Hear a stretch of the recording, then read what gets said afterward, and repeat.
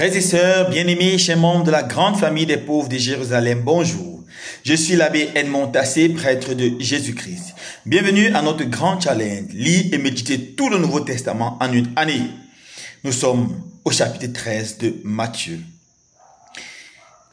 des versets 24 au verset 53. Écoutons la lecture. Évangile de Jésus-Christ selon saint Matthieu, chapitre 13, versets 24 à 53. Parabole du bon grain et de l'ivraie. Il leur proposa une autre parabole. Le royaume des cieux est comparable à un homme qui a semé du bon grain dans son champ. Or, pendant que les gens dormaient, son ennemi survint et sema de l'ivraie au milieu du blé et s'en alla. Quand la tige poussa et produit l'épi, alors l'ivraie apparut aussi. Les serviteurs du maître vinrent lui dire, « Seigneur, n'est-ce pas du bon grain que tu as sémé dans ton champ? D'où vient donc qu'il y a de l'ivraie? » Il leur dit, « C'est un ennemi qui a fait cela. » Les serviteurs lui disent, « Veux-tu donc que nous allions l'enlever? » Il répond, « Non, en enlevant l'ivraie, vous risquez d'arracher le blé en même temps. Laissez-les pousser ensemble jusqu'à la moisson. Et au temps de la moisson, je dirai au moissonneur, enlevez d'abord l'ivraie, liez-la en botte pour la brûler. Quant au blé, ramassez-le pour le rentrer dans mon grenier. Parabole de la graine de moutarde. Il leur proposa une autre parabole. Le royaume des cieux est comparable à une graine de moutarde qu'un homme a prise et qu'il a semée dans son champ. C'est la plus petite de toutes les semences, mais quand elle a poussé, elle dépasse les autres plantes potagères et devient un arbre si bien que les oiseaux du ciel viennent et font leur nid dans ses branches. Parabole du levain. Il leur dit une autre parabole. Le royaume des cieux est comparable au levain qu'une femme a pris et qu'elle a enfoui dans 3 mesures de farine jusqu'à ce que toute la pâte est levée. Tout cela, Jésus le dit aux foules en parabole, et il ne leur disait rien sans parabole, accomplissant ainsi la parole du prophète. J'ouvrirai la bouche pour des paraboles. Je publierai ce qui fut caché depuis les fondations du monde. Explication de la parabole de l'ivraie. Alors, laissant les foules, il vint à la maison. Ses disciples s'approchèrent et lui dirent, « Explique-nous clairement la parabole de l'ivraie dans le champ. » Il leur répondit, « Celui qui sème le bon grain, c'est le Fils de l'homme. Le champ, c'est le monde. Le bon grain, ce sont les fils du royaume. L'ivraie, ce sont les fils du mauvais. L'ennemi qu'il a sémé, c'est le diable. La moisson, c'est la fin du monde. Les moissonneurs, ce sont les anges. De même que l'on enlève l'ivraie pour le jeter au feu, ainsi en sera-t-il à la fin du monde. Le Fils de l'homme enverra ses anges, et ils enlèveront de son royaume toutes les causes de chute et ceux qui font le mal. Ils les jetteront dans la fournaise. Là, il y aura des pleurs et des grincements de dents. Alors, les justes resplendiront comme le soleil dans le royaume de leur Père. Celui qui a des oreilles, qu'il entende. Parabole du trésor et de la perle. Le royaume des cieux est comparable à un trésor caché dans un champ. L'homme qui l'a découvert le cache de nouveau. Dans sa joie, il va vendre tout ce qu'il possède et il achète le champ. Ou encore, le royaume des cieux est comparable à un négociant qui recherche des perles fines. Ayant trouvé une perle de grande valeur, il va vendre tout ce qu'il possède et il achète la perle. Parabole du filet. Le royaume des cieux est encore comparable à un filet que l'on jette dans la mer et qui ramène toutes sortes de poissons. Quand il est plein, on le tire sur les rivages, on s'assied, on ramasse dans des paniers ce qui est bon et on jette ce qui est mauvais. Ainsi en sera-t-il à la fin du monde. Les anges sortiront pour séparer les méchants du milieu des justes et les jetteront dans la fournaise. Là, il y aura les pleurs et les grincements dedans. Avez-vous compris tout cela? Il lui répondit, oui. Jésus ajouta, c'est pourquoi tout scribe devenu disciple du royaume des cieux, incomparable à un maître de maison qui tire son trésor du neuf et de l'ancien. Lorsque Jésus eut terminé ses paraboles, il s'éloigna. Frères et sœurs bien-aimés, maintenant passons à l'explication de cette deuxième partie. Commençons tout d'abord par la parabole de l'ivraie. Dans la parabole de l'ivraie, nous pouvons retenir 5 choses très importantes. La première, c'est que la parabole nous explique qu'il y a toujours un pouvoir hostile dans le monde qui cherche à détruire la bonne semence. C'est Satan qui vient planter dans le bon champ que Dieu a fait, le champ du bien, qui vient planter la mauvaise herbe.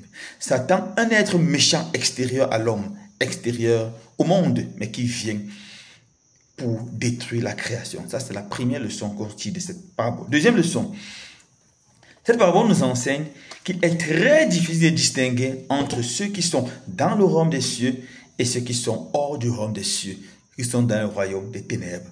Souvent, le bien ressemble tellement au mal de façon apparente, d'où la nécessité de faire un très bon discernement.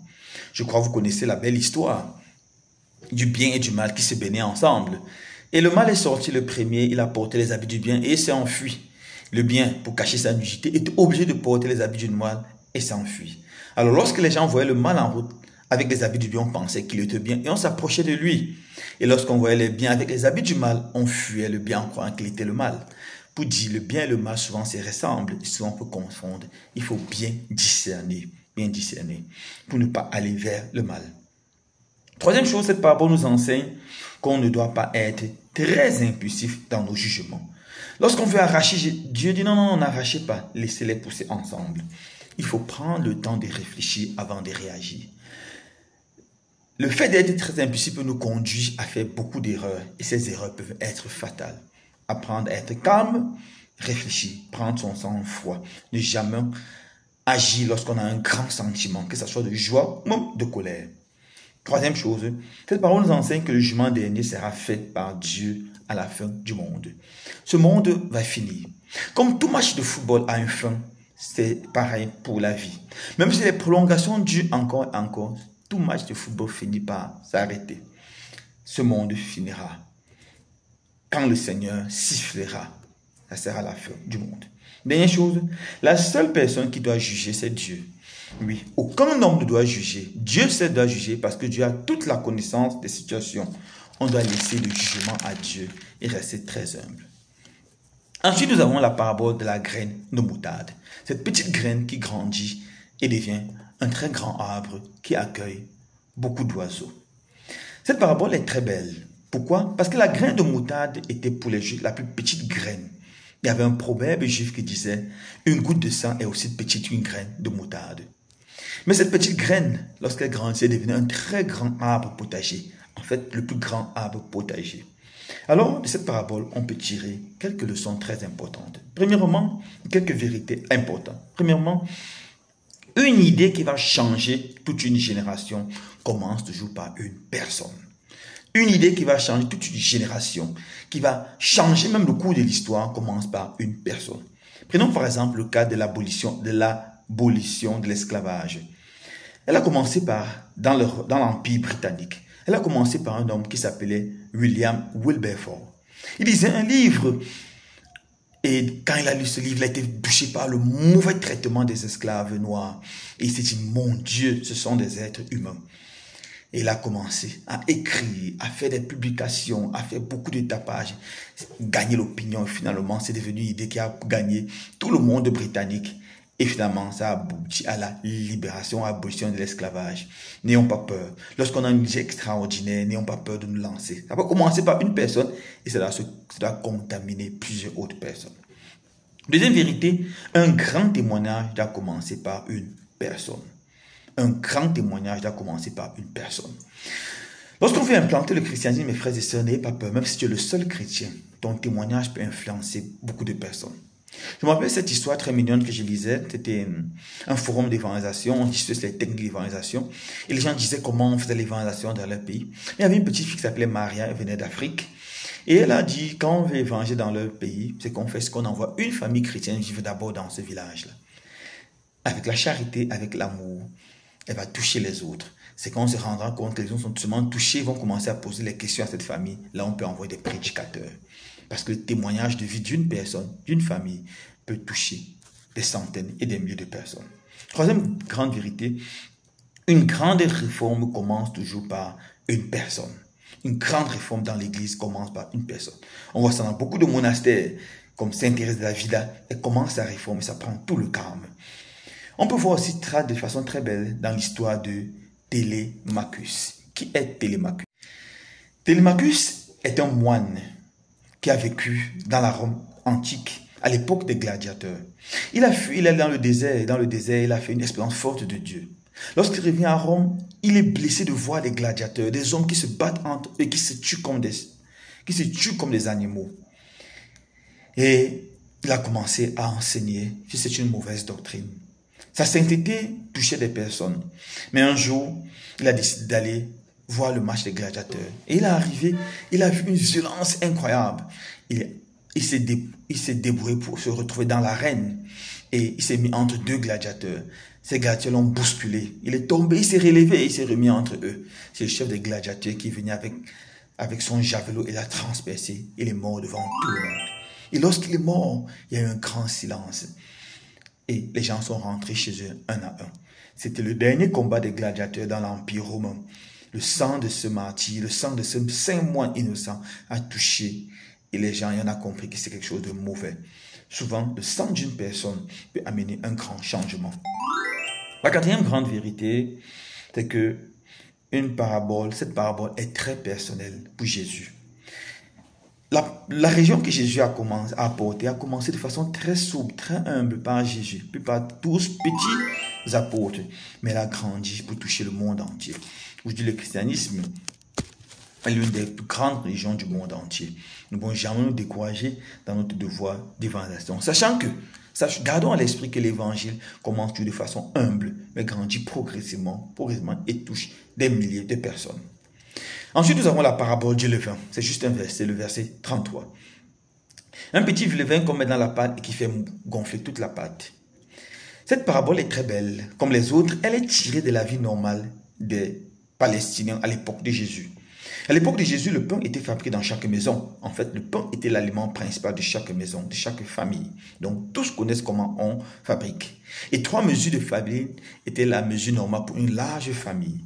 Et la plupart des familles étaient des grandes familles. Alors Jésus prend vraiment une parabole qui va être comprise par tous. Le levain était très important. Et le pain sans levain était sec, un peu comme un biscuit. Il était dur, pas agréable à manger. Mais le pain avec levain était mou, était croustillant, était très bon à manger.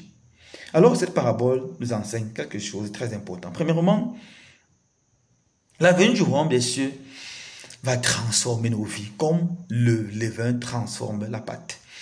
Il quitte d'une pâte qui sera dure, mais à quelque chose qui est mou et qui est agréable. La première grande transformation du royaume des cieux, c'est la transformation de la vie individuelle d'un homme, qui quitte de l'état de pécheur à l'état de saint. On voit ça dans la vie de beaucoup de saints. Des personnes comme Saint Augustin, qui étaient des débauchés, mais qui après avoir rencontré le Seigneur, deviennent des personnes extraordinaires. Des personnes comme Charles de Foucault, qui après avoir rencontré le Seigneur, qui étaient des personnes violentes, mais puis après avoir rencontré le Seigneur, deviennent comme des personnes douces, plus que des agneaux. La parole de Dieu transforme la vie. Tu quittes de la vie de pécheur à la vie de sainteté. La parole de Dieu, le royaume des cieux également dans le monde entier, a beaucoup transformé la vision que les hommes avaient sur les femmes. Les Juifs pieux, chaque matin, faisaient cette prière. Merci Seigneur de ne pas m'avoir créé païen, esclave aux femmes. Pour eux, les femmes étaient des sous-êtres humains. Mais avec le christianisme, on a commencé à valoriser la femme, transformer cette vision de la femme. Transformer également la vision par rapport aux malades dans le monde entier. Les malades étaient souvent abandonnés, négligés.